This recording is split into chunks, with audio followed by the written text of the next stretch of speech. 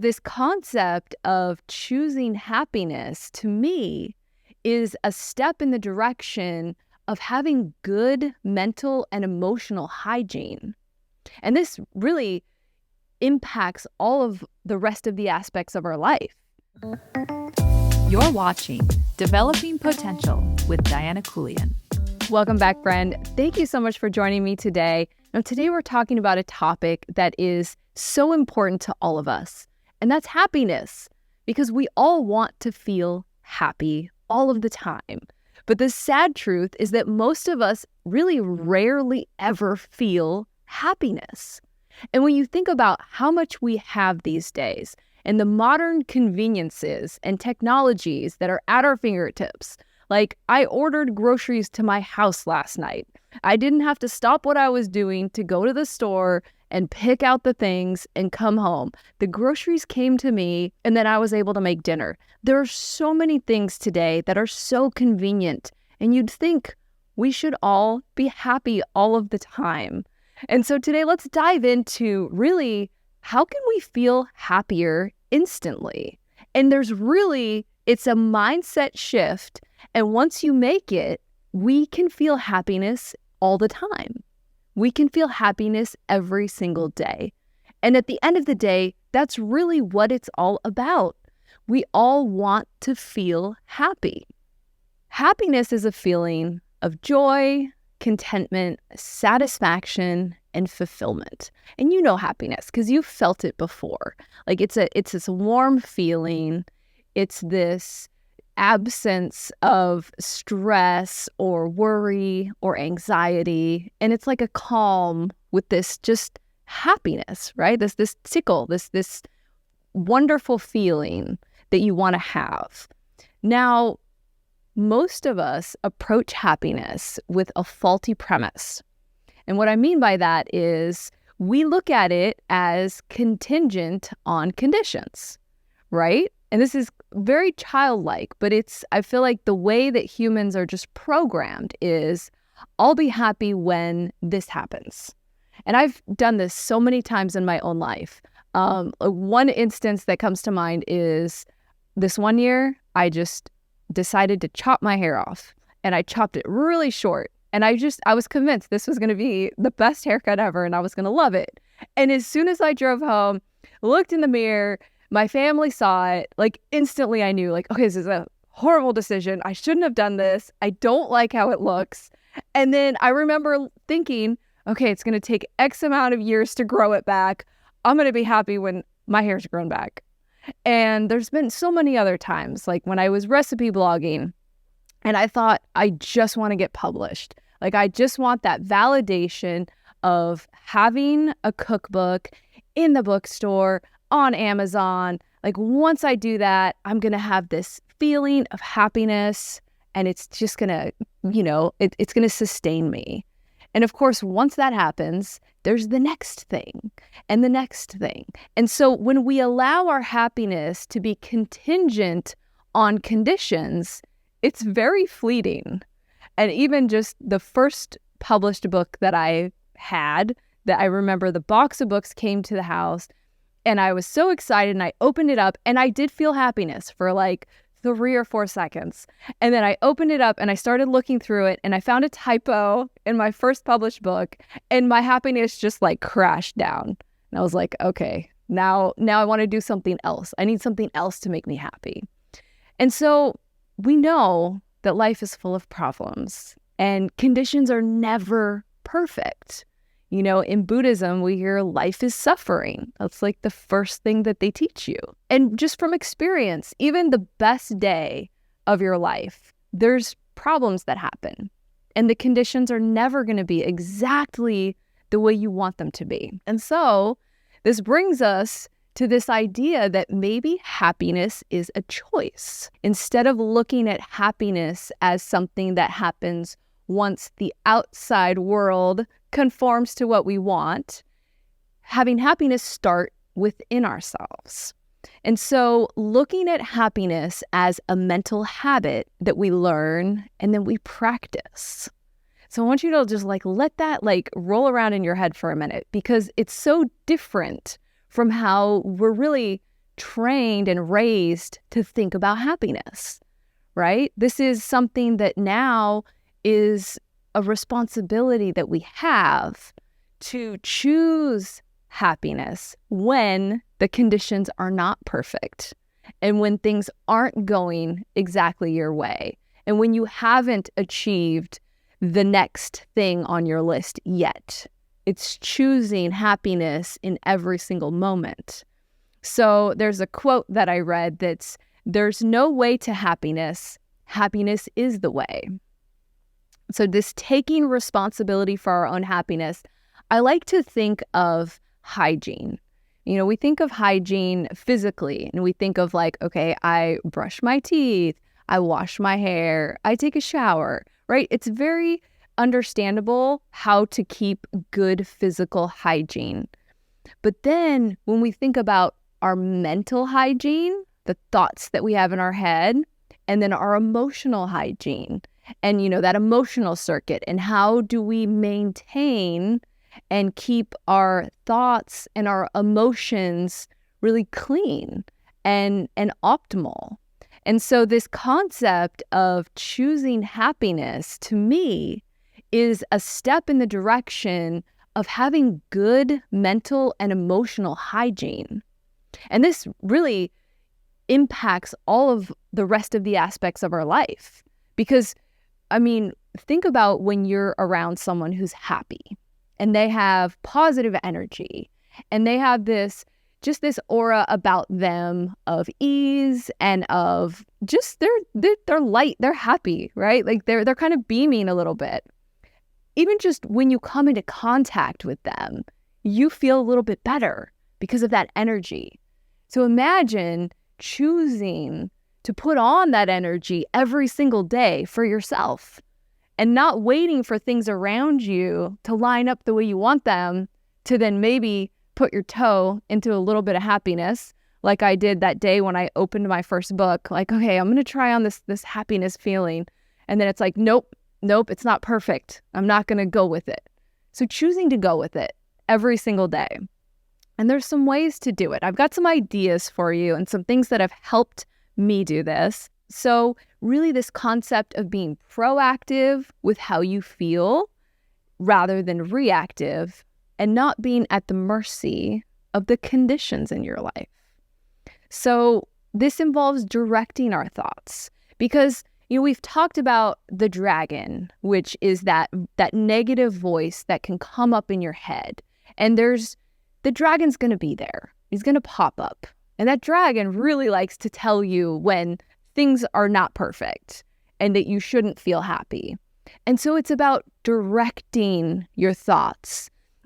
And when those negative thoughts pop up, it's about choosing to see things in a different light. Choosing, instead of looking at the negative aspects, to look for the positive aspects. Here's another thing. And this is something that I think impacts a lot of us, is this idea of guilt around being happy. And I want to touch on this idea of giving yourself permission to feel happiness. So when you're happy and you've got this great energy, and then you go around your family member who's downtrodden and who just has this chronic unhappiness, you might feel this sense of like a twinge of guilt. Like maybe I shouldn't be this happy around them. Like maybe I should lower my tone or lower my energy to kind of match them more out of respect or out of just a solidarity to the toughness of their life right now. And I kind of want to push back on that because you have the same opportunity to choose happiness as they do.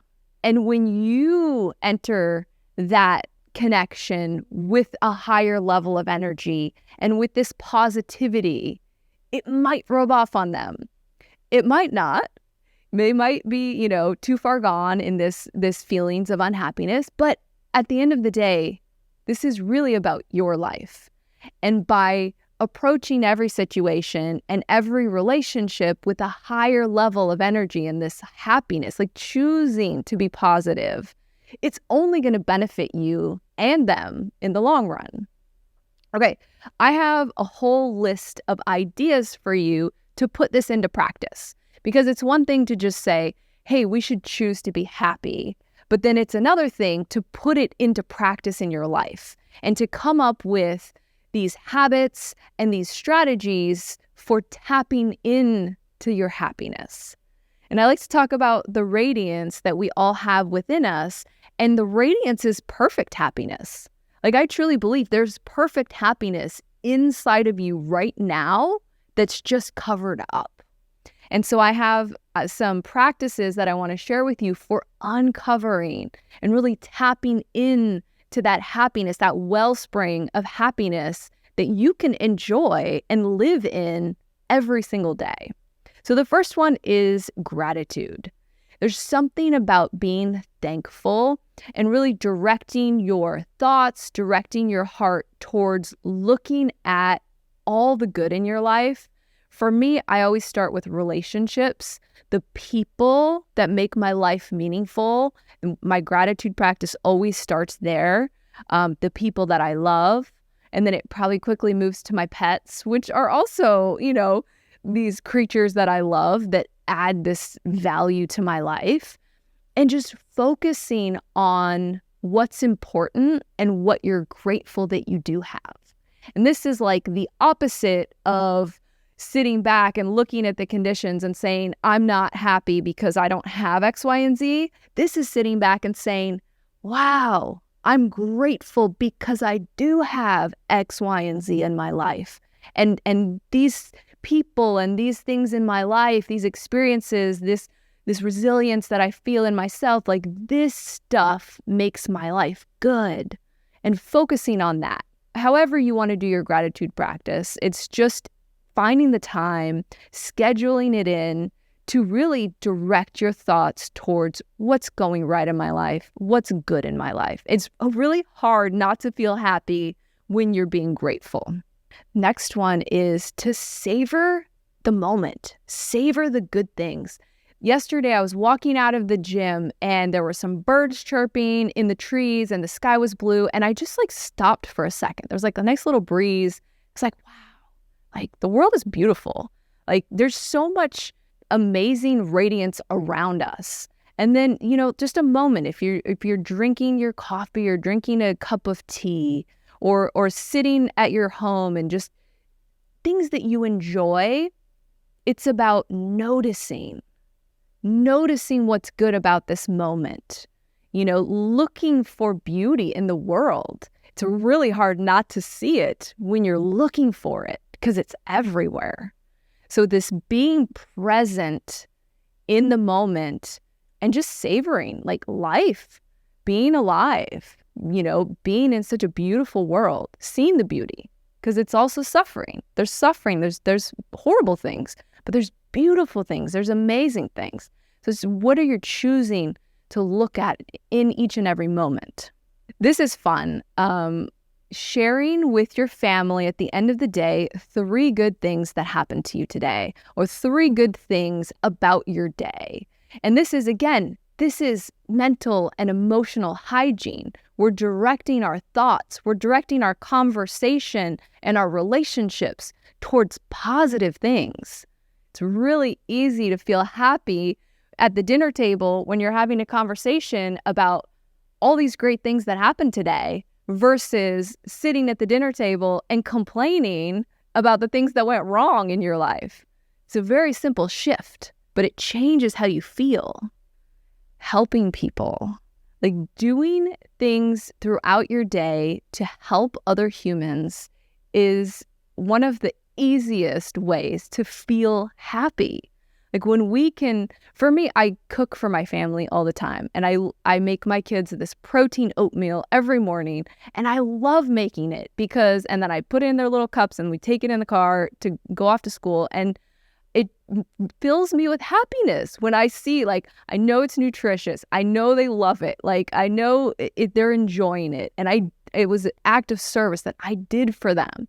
Anytime that you can do something for another person that adds value to their life, you feel happiness. And these are things that you can schedule into your day so that you can make yourself available and look for ways to add value to the people around you, to your community. Okay, so meditation. And we've talked in previous episodes about meditation, but having a meditation practice where you're focusing on positive thoughts. You're focusing on gratitude. All of these things we've talked about as far as doing them in the moment, making an intention to sit down and to close your eyes and for 10 minutes to sit in this happiness, to conjure it up and to increase your tolerance for happiness. And that might sound like a weird way to put it, but the way that most of us live, we have a very low tolerance for happiness. We want to move on to something, what's the next negative emotion, versus increasing that tolerance to sit in happiness, to sit in contentment. And that it requires some stillness. And that's why I love the meditation part, because if you're sitting in stillness and meditation, you're not trying to get anything. You're not trying to do the next thing. You're just sitting in it.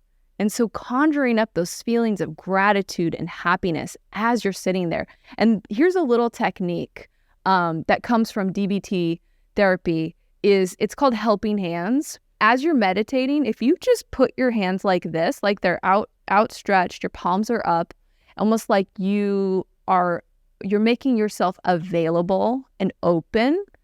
Holding this position has a way of helping you get to that place of happiness faster.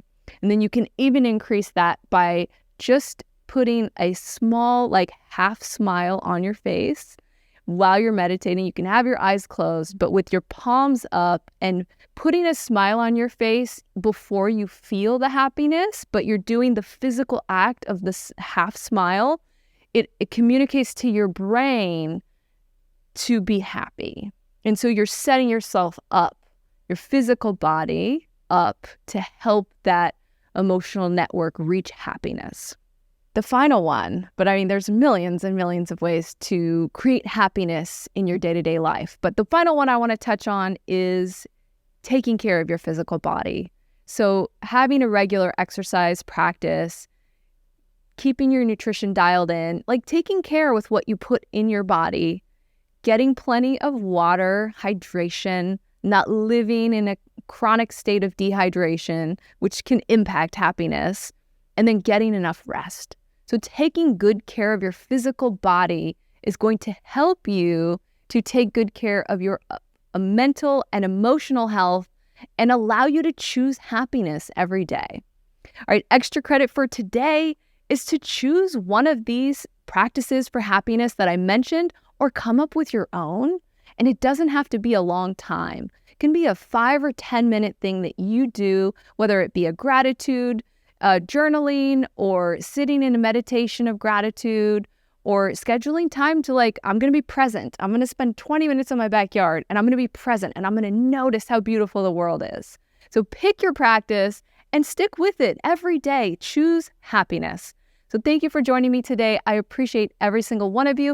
If you like this content, please subscribe. Please share it with your friends. And I look forward to being back next week with more content. Thanks for watching Developing Potential with Diana Keuilian.